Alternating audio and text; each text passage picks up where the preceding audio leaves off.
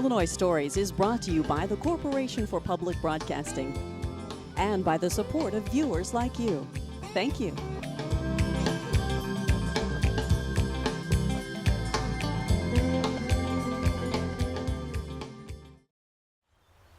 Hello, welcome to Illinois Stories. I'm Mark McDonald in Niantic at the 1912 barn. The 1912 barn is not only big and old and beautiful, but it's a busy place these days too, because on the day we're here, the Montessori students from Decatur are out here having a field day, and you might, on another weekend, you might catch a wedding out here or a family party or some other kind of activity. Hank Norris, I think when you and your wife Asa found this place, you admired the barn before you bought it. You had no idea that it would become sort of an attraction, did you? Mark, nothing at all like that. One of our objectives, we lived in Decatur for 5 years, and one of our objectives in moving to the country was to have a place that we could hide our balloon from. I'm a balloon pilot, and a place where I, as a former contractor in Danville decades ago, and still, I still like to play with my tools, is a place where I could have all of my tools in one place. Your manly stuff. My manly stuff, my man cave stuff. So on a rainy Sunday in April about 5 years ago, when my wife and I came out here to first take a look at the place, we wandered around the property for over an hour before we even went into the house, because at that point we'd kind of looked at each other and said, well, this has a lot of the elements we're looking for. The house is really secondary. If it's okay, then this is going to work for us. So that's kind of how we ended up here. One of the questions, I guess, was, do we want a barn this big? It's kind of outstanding, I'd say. It's the first thing you see, and it's big. It is, and one of the, as an old house guy, initially I was kind of looking for a historic home of some sort. But if you're living in a country, a historic barn is certainly not a distant second place. In fact, I think I enjoy it more now than I would have having a real historic home. Yeah, and it's a funny story too, because the way you got into the barn business, so to speak, was you're working in Decatur at the office, right? Yes. And somebody calls the realty company where you work, and a lady answers the phone and says, well, I'll get Hank for you. He's got a barn. Somebody was inquiring about the availability of a barn for a wedding, and you had a barn, and it just started, huh? That's exactly right. It was kind of odd, Malia, who works in the office, says, well, this is your lucky day. Hank's here, and he owns a barn. So she transferred the call to me, and this has been probably a little over 3 years ago at this point. And we had a conversation with those people, and I passed the information on to my wife Asa, and but about a year and a half later, we actually hosted their wedding here at the barn. Yes. Well, I'll tell you what we'll do during this program. We're going to get a closer look at the barn. Okay. We'll go inside, and we'll see how it works for weddings and for those kind of activities and stuff. You're going to show me some data, some things that prove the date on this barn. We're going to get to see that, and then also we mentioned the Montessori kids. They're here today. They're planting their spring garden. They're putting their chicks in the incubator so they can get them off to a healthy start. And they're doing some other stuff. So we'll just check it all out, huh? Yeah, it's a great day for you to come out. We're lucky with the weather, didn't we? Yes. Hank, you made an interesting find. You're out here cutting weeds, I guess, and the foundation of this barn, there's a little evidence here about who built the foundation and when. And you found it. Yeah, it was. I was weed whacking around the barn, and kind of happened upon this inscription in the foundation. It says J.J. Barnett, 1912, and of course I immediately found Asa and brought her over and showed her, and we both thought that was kind of interesting. At least we knew exactly how old the barn was at that point. Yeah. And then a couple of years later, I'm talking to John Dunn, who was one of the sons of the family. They grew up here. They grew up here, and I said, I saw the inscription on the on the foundation, assuming, of course, that he had seen it and knew of it. And he does a little double take, and he says, well, J.J. Barnett, that would be correct. He says, but I've lived here all my life, and I didn't realize it was over there. So I'm just telling me he didn't weed whack her on the side of the barn. That's right. He wasn't working like you were. And if we come around this way too, we can see there's a horse. I'm not sure if that's called a watering station or a trough, but that concrete trough over there, that's also got the same information. You found that too, didn't you? It does. Our son, Bo Hanger, was doing some cleanup or something around here and happens to mention that he saw an inscription on the horse trough, and I said, what? Show me. So he comes over, and this one may be a little bit easier to see, but November 1st, 1912. It is a little, it is for my eye. I don't know if Yeah. the camera can see it, but yeah, November 1st, 1912. That's when they poured this, right after they finished the barn. Yes. Yeah. So, Terrific. yeah, and pretty they interesting. kept, it's evident in here that they kept numerous horses because the horse stalls are still in very good shape. Yes. And I'm kind of hopeful that you can find some use for those in your, when you remodel this a little bit, because you know, they're very interesting to keep. I think to keep the footprint the same is kind of would be neat, wouldn't it? I absolutely agree, and you know, we've kind of defined a use for it already. It's kind of just part of a. I could say, you know, I guess if somebody's enjoying the barn, it would be a place to sit down, like, and maybe have a quieter conversation or something. But we long ago made the Card decision. rooms. They could be card rooms. Yes, yeah. You know, it's, you know, just whatever the mind can imagine, you could do there. But intimate seating, just a place to get away from the rest of the crowd. But you know, Ace and I decided from the very beginning that we really didn't want to disrupt the historic nature of the area. Maybe add to it a little bit, you know, tastefully done and kind of being in period, but not really altering any of the original structure. Let's go inside. Okay.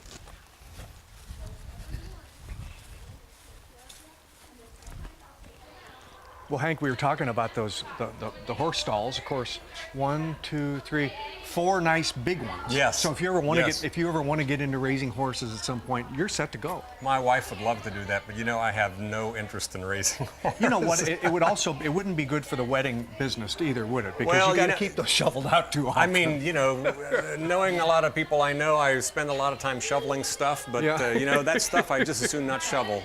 when you have a wedding here, this is a popular place to have the cake set up, I guess. Huh? Yeah, you know, a lot of times people will choose to, this is kind of a serving area for desserts, and they can, you know, the cake will be staged back there, and or they can set it up on, you know, up on this little bar.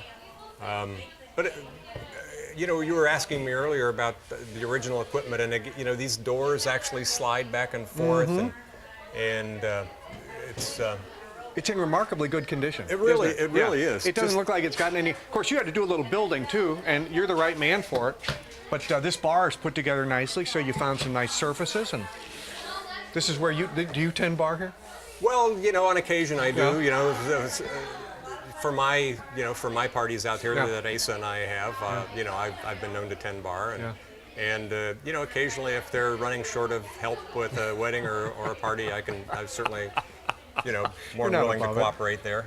This is now, if you had a big wedding, for instance, say 300 guests, this would not accommodate them, but what it does is it gives you a really comfortable overflow, doesn't it? So Well, if they set up a tent or something for the group. Yeah, I mean, when people book out here, they have to really understand that this is essentially an outdoor venue, and if you know, if we do happen to have inclement weather, this will not handle 300 people. You know, Right. you know, very easy observation there. Yeah. But the thing that I've noticed is, even with large crowds, you'll have some people out by the fire pit, some people will be milling around the yard. There'll be people in here. There'll be some people out front that you know, at a smaller fire pit. So you never really get that sense that everybody's together in the same place. They're all just, everybody's very relaxed and just kind of enjoying the atmosphere out here. What a great use for it. And you know, it's just it's a very comfortable atmosphere, and when you look up and you see that, you know, that kind of dizzying height of the thing, it's just it just makes it makes it very unusual, unique. It's a unique atmosphere. It is. It's an old post and beam construction, and you know, if you look at the detail, you can actually see where they've drilled holes and driven wooden pins to hold everything together. I mean, I think it's in very good condition for its age, and in fact, I've had a lot of people out say it's very rare to have a concrete floor in a barn like this, and you know, that it's been very, you know, well maintained, well cared for. They've kept a good roof on it for 100 years now. Yeah, that's right. And so it, you know, hopefully it'll stay in good condition as long as I'm the caretaker here. Asa, we established with Hank how you and he came to own this property, and how the barn sort of on its own became its own entity. Like all of a sudden people found out about the barn and they wanted the barn. And in fact, you're in education yourself, I and it am. also serves the function of being able to give kids, 4-H kids, a place to go for a farm experience, doesn't it? Right. We bring kids of all ages out here from Decatur because often they have class farms or small little plots that they grow, but they don't have any idea of what a real working farm is like. So as the barn became more part of this property and we began learning about the history, we felt it was important to bring the next generation of kids up learning about a farm. Now, I grew up in the country, just on the edge of the country. We had a big farm with family, but lived in the city, so I really didn't understand having animals and taking care of property. So Hank and I have been kind of learning that along the way. And so as we started cleaning out the barn and preparing it for parties that people were asking us to have, we started finding different little clues. And so then it got us interested in the history and how long it had been here and what was Niantic all about, because we wanted to be a part of this community because we thought it was very valuable for our children. Yeah, you told me something earlier which I find hilarious. The people that had this piece of property were pretty well-to-do. Oh yeah. They built a tennis court and a swimming pool. Right. And they had this big farm. And it was called Niantic South Country Club, Yes, right? it was, because the farmers' wives could come out and play tennis with Carolyn Dunn, and the guys would get the things planned, and then they'd all come and hang out and play tennis and swim in the pool. So the people in the 50s, 60s, 70s kind of knew this as the place to come. And I don't know that they had a lot of parties in the barn because it was a working barn at that time, but honestly, the back part of the property was built for that purpose. Now, originally, this land was taken over by George Washington Humphreys in 1853. And he needed some help on his farmland, and he had 240 acres. And originally, he bought the acreage for 33 cents an acre because it was thought to be swampland. The river would flood up into this area, and they thought it was worthless. So he bought it for 33 cents and decided he had this 240 acres and he needed help. So we brought up Gandy Bernard from Kentucky, and Gandy fell in love with Etta. And so Etta and Gandy began to have a family here. And the Humphreys had about 10 children, and then the Bernards had about 8 children. And during that time frame, this barn was constructed in 1912. And you can find their name written on the outside of that. We saw it. It was so neat. So that kind of got us searching for, you know, what other history could we find out about. So we started calling neighbors and friends and trying to figure out who knew about this place. And in the past couple weeks, we've had calls, and I've actually been in contact with the last living relative for this property. And her name is Mary Sue, and she lives out in California. I'll be darned. I'll be darned. So there's only one left. It was run by the Dunn family for a long time. Right, from the and 50s. they still own the property around here. Right. But you have this nice little 6-acre section right in the middle. Right. With this beautiful home and barn on it, and congratulations. Thank you. We Now, love it. You talked about history a little bit. One of the things you do when you have kids out here is you give them demonstrations on what farm life might have been like by showing them the tools and the things that you lived with on a farm. So we're going to get a little flavor of that too. Yeah, okay? I think you will. And the kids actually sometimes can't figure out what those things are. And when you tell them about life of raising chickens and then why you raise chickens and what happens to them, they get a little alarmed because the only chickens they've ever seen is in a plastic bag at Kroger's. So it's a whole learning curve. And the group who's out here today, they actually raised these baby chickens that they're going to set their coop up for. And they incubated them, and so they're going to learn about the process, and then they'll be invited out later this summer to actually see how big their chickens are and how their garden is growing, and kind of get them moving on the idea of maybe they'd like to be a farmer. Thank you. Sure. Okay, Asa, I can hear the chicks, I can see the chicks. What's going to happen next? Well, basically what's happened is the 4-H group was able to raise some chicks from out of an incubator, if I can catch a couple here, and they were able to raise them at school, and they brought them out for us to share, and they're going to learn to have a new home here. Okay, so I'm going to hand you one. Remember how to hold it over. So the kids have learned how to hold them without hurting them. Right, because they really are kind of not been handled a whole lot. Now, the chickens that we have here, there's also another group that another class brought out. So we'll raise them here. How many in can this you small raise in coop. here? About 24 in this No small kidding. coop. And they would stay in here how long? Well, the first year we were here, my husband built this out of wood that was in the barn, and they actually lived here through a winter, and so they were pretty big chickens. And we decided we needed to build a bigger coop, which is in the lean-to. So we use this just as a brooder coop, and it allows them to get used to being here either with a mama, or if there's no mama, then I kind of teach them that I'm their mama. So the kids will come back at a later time. They won't recognize their chicks though, because the chicks will be all grown up and they'll look completely different. Yes, right? they will. They'll have they the will same, recognize them. They'll have the same color and Really? markings. You that think they you'll do now. recognize them, kids? You think you'll know your chicks? Really? They'll find that depending on the colors of their ears and their legs, and the patterning you see now is pretty much what the patterning of their feathers will look like as they get bigger. Most of the chickens that we have here, I have about 12 varieties right now, and so they lay different colored eggs, so it's kind of fun to collect and have those. And does anybody name their chicks, or do you just don't do that? You don't name them? Did you name them? No. I named my first chicken Henny Penny, because that's what my dad's name, and then the chicken got sick, and it was a sad story. Oh. Does anybody have a name? Can you think of one real quick? What? Syrup. Syrup? Syrup? Because that's the color of the chick? Okay, that's a good name. Now I have friends. Because it looks like a chipmunk. Like a chipmunk? I was going to be cinnamon. Well, you know, Cinnamon. Good one. my daughter's boyfriend named him Crispy, Original, Nuggets, Tenders, and I'm like, you got a bad plan That going is, that's on a there. bad It is a plan. bad plan. Don't listen. Thanks, kids. That's really, it looks like an interesting hobby. I envy you. That's very cute. Hi guys, how are you today? Good. Well, I'm so glad you came out to learn about the 1912 barn. And one of the things I want to tell you about is what was life really like living in a house without running water and without potties. You know, they were outhouses. And what were some of the tools that the people used at that time, and how life really would be very different. A lot of kids didn't have time to go to school because when they lived on a farm, they were going to grow up and be farmers. And so the girls learned things from their moms, and the boys learned things from their dads. And so the farm would continue on and on. So there have been 6 generations who've lived in this farmhouse and worked this land. And so we are a brand new generation starting here, and so we're trying to figure out some of the things that were here and what we actually use them for, okay?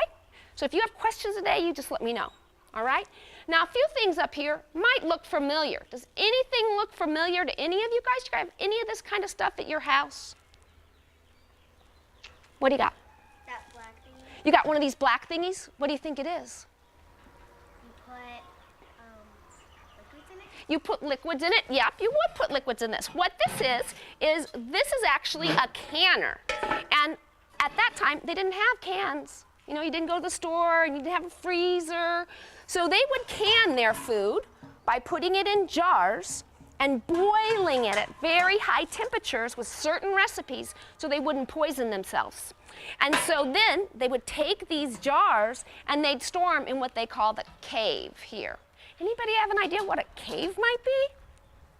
What do you think? A cave is like a place where there's like stone all around and it's outside. Sometimes. The cave here was really what people at that time called was a root cellar. Because there wasn't refrigeration, they had to go someplace where it's cool. And if you've ever been in a cave, it's kind of cold, isn't it? Yeah. So here on the prairie, they had a root cellar, and it was back underneath the house. And there they would take all the canned good foods that they would can, and they would put them in the basement so they had food for the winter. And if they didn't work hard enough in the summer, or it was too dry, and they didn't have food, what would happen? They would starve. Right, they'd starve. So it was very important that they were able to put up enough food. So every one of the kids who lived here had to help. Now most of the families had 8 to 10 kids in their family. So that's a lot of kids to help do the chores, right? But they'd take care of the pigs and the hogs and the chickens and help Dad farm and take care of the horses and the ponies to pull the tools and things that they needed to do the work. No power things like we had now. A lot of times they had jars like these. These are old mason jars. And originally, they didn't have tops like they have today. And these are considered antiques because they're kind of rare to find jars that were actually blue in color at that time because that was kind of expensive to have. This jar, as you can see, has a different way of, oh no, locking the top. Do you think that happened a lot?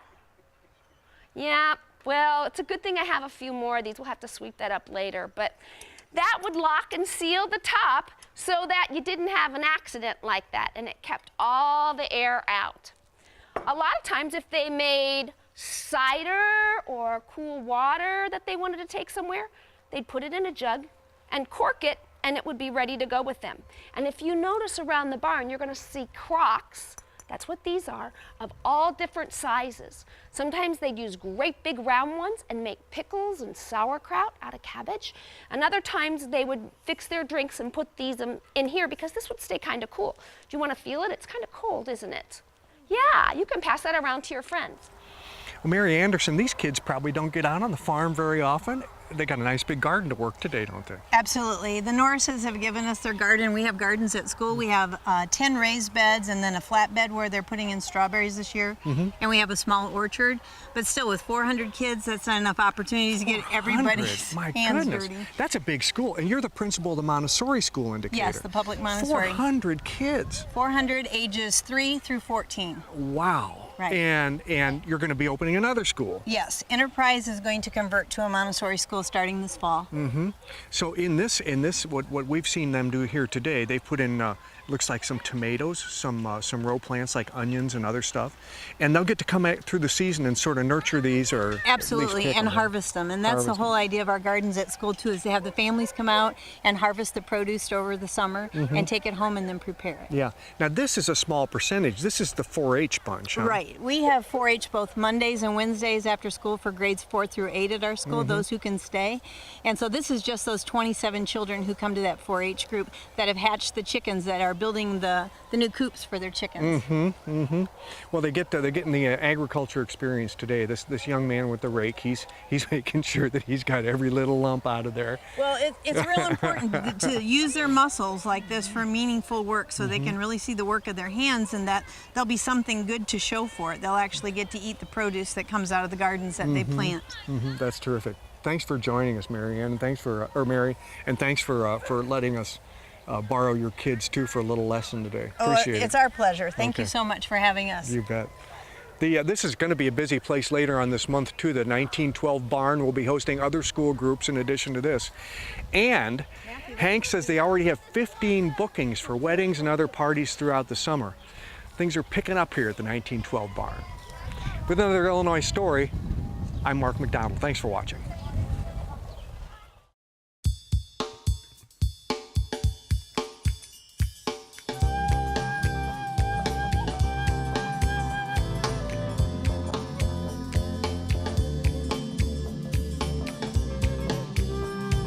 Illinois Stories is brought to you by the Corporation for Public Broadcasting and by the support of viewers like you. Thank you. For a DVD copy of the program you've just seen, send $19.95 to Network Knowledge, P.O. Box 6248, Springfield, Illinois 62708. Be sure to include the program name, subject, and when the program aired. You can also order with your credit card by calling 800-232-3605.